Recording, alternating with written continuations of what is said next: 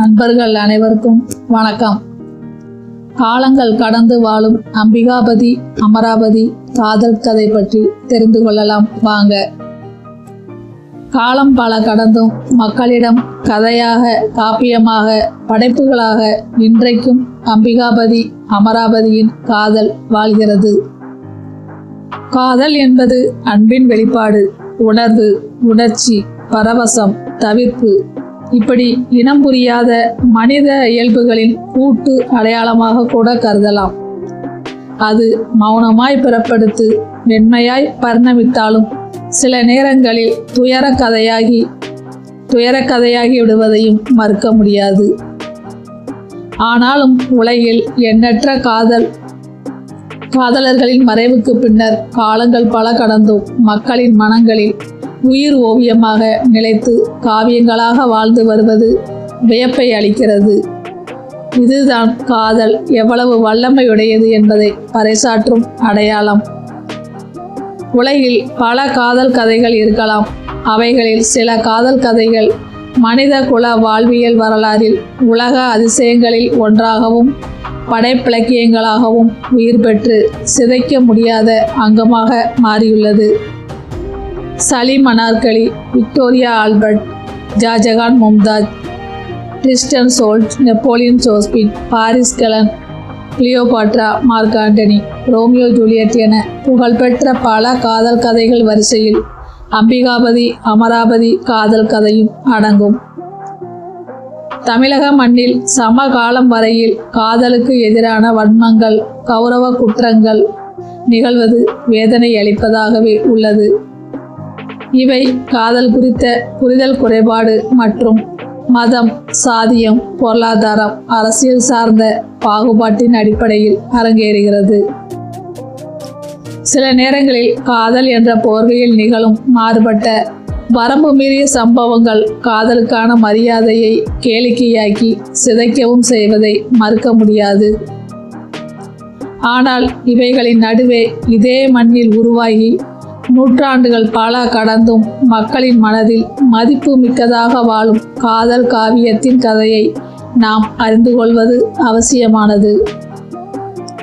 தமிழ் இலக்கியத்தின் ஊடே நம்மால் அறியப்படும் கம்பர் தன் அழகு நடை எழுத்தால் இன்றளவும் வியக்க வைக்கும் கம்ப ராமாயணத்தை எழுதி அளித்தவர்.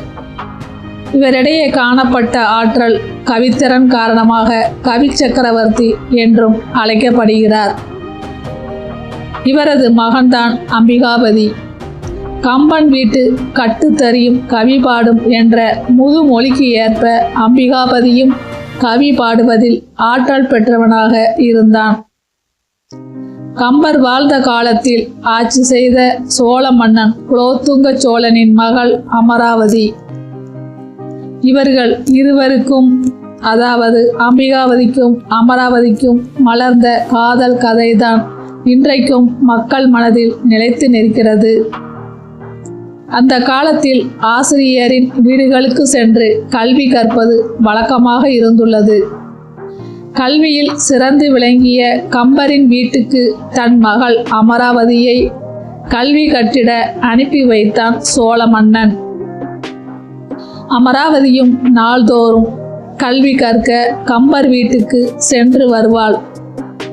ஒரு நாள் கம்பர் வெளியூர் சென்று விட்ட நிலையில் வீட்டில் இருந்த கம்பரின் மகன் அம்பிகாபதி அமராவதிக்கு கல்வி கற்றுக் கொடுத்துள்ளார். அப்போது அம்பிகாபதியிடம் காணப்பட்ட திறன் அமராவதியை ஈர்த்திருக்க வேண்டும். அதேபோல அம்பிகாபதிக்கும் அமராவதி மீது விருப்பம் ஏற்படுகிறது. சமகாலத்தில் எழுதப்பட்ட ஒரு புது கவிதையில் விழிகளும் அடித்து கொண்டன, விழுந்து நொறுங்கியது இதயம் என்று சொல்வதைப் போல இருவருக்கும் இடையே காதல் மலர்கிறது. காதலானது இருவரையும் அடிக்கடி வெளியில் சந்திக்க செய்யும் அளவுக்கு மாறுகிறது.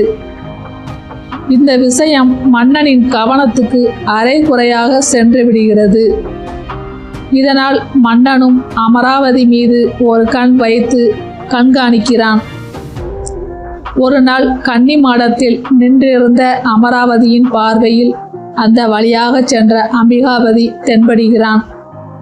அமராவதி பார்த்ததை அம்பிகாபதியும் கவனிக்கிறான். காதலர்கள் பார்த்து கொண்டால் எப்படி இருக்கும்? அப்படி ஒரு காட்சி.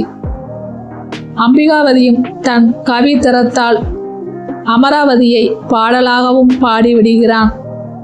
இவர்களுக்குள் நடக்கும் இந்த ஊடலை மன்னனும் கவனித்துவிட மன்னனுக்கு சந்தேகம் வலிக்கிறது. பெரிய இடத்து பெண்ணை பார்க்கும் இளைஞனுக்கு என்ன நடக்குமோ அதுதான் அம்பிகாபதிக்கும் அன்று நடந்தது. அம்பிகாபதியை அழைத்த மன்னன் அவனை கண்டிக்கிறான். ஆனால் அம்பிகாபதி எதையோ சொல்லி மடைமாற்றுகிறான். ஆனாலும் மன்னன் திருப்தி அடையவில்லை. இந்த நிலையில் ஒரு நாள் அரண்மனையில் புலவர்களை அழைத்து சிறப்பித்த மன்னன் அவர்களுக்கு விருந்து படைக்கிறான். இந்த விருந்தில் கம்பருடன் அவரது மகன் அம்பிகாபதியும் அழைக்கப்பட்டிருந்தான்.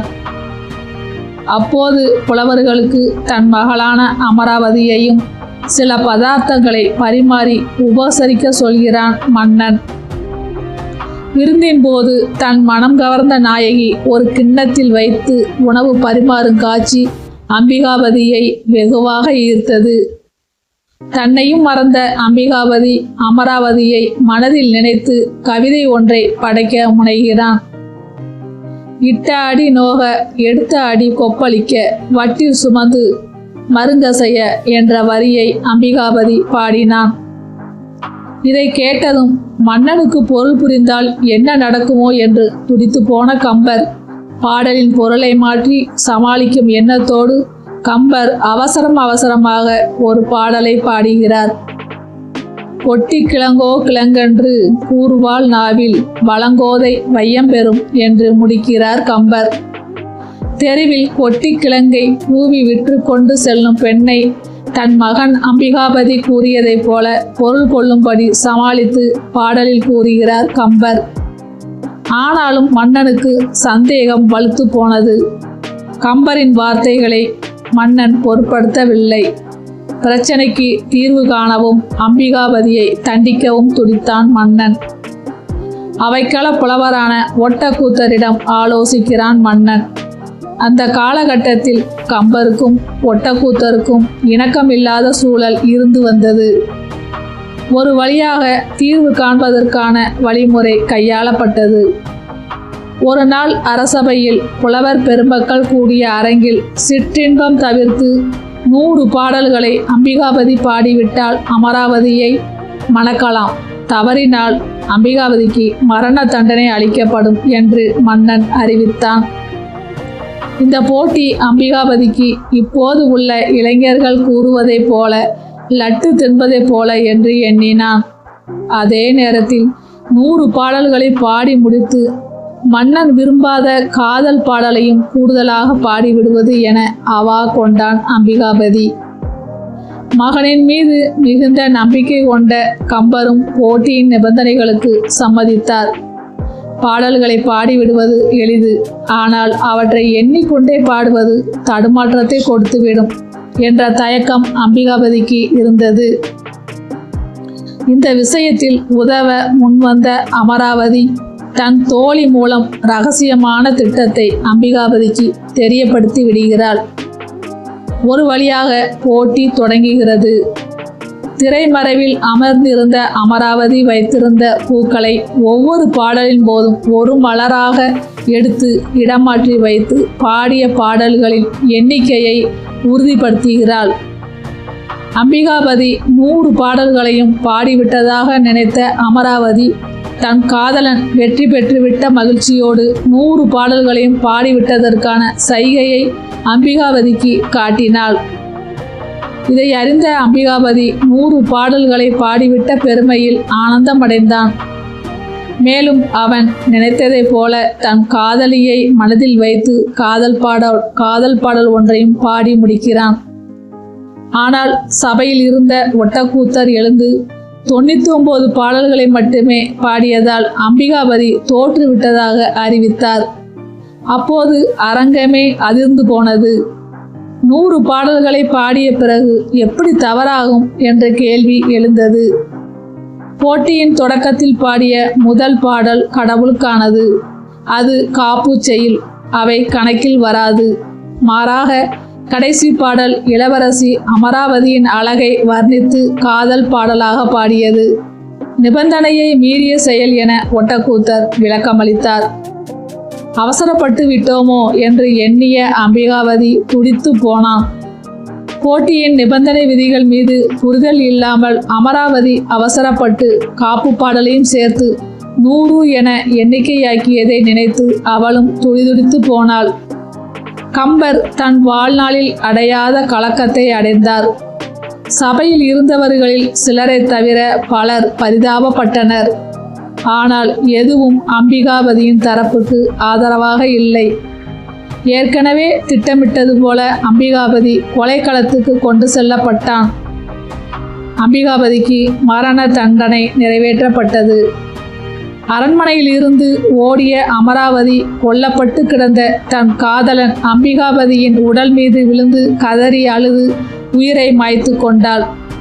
இவ்வாறாக அம்பிகாபதி அமராவதியின் காதல் கதை முடிகிறது.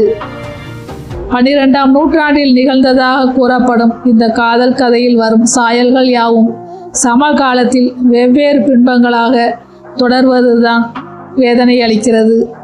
ஒரு நாட்டை ஆளுகிற மன்னனின் மகளை, அதுவும் ஒரு புலவனின் மகன் காதலிக்க அனுமதிப்பதா என்ற பாகுபாட்டின் கீழ் உருவான வன்மத்தின் அடையாளமாக கூட கருதலாம்.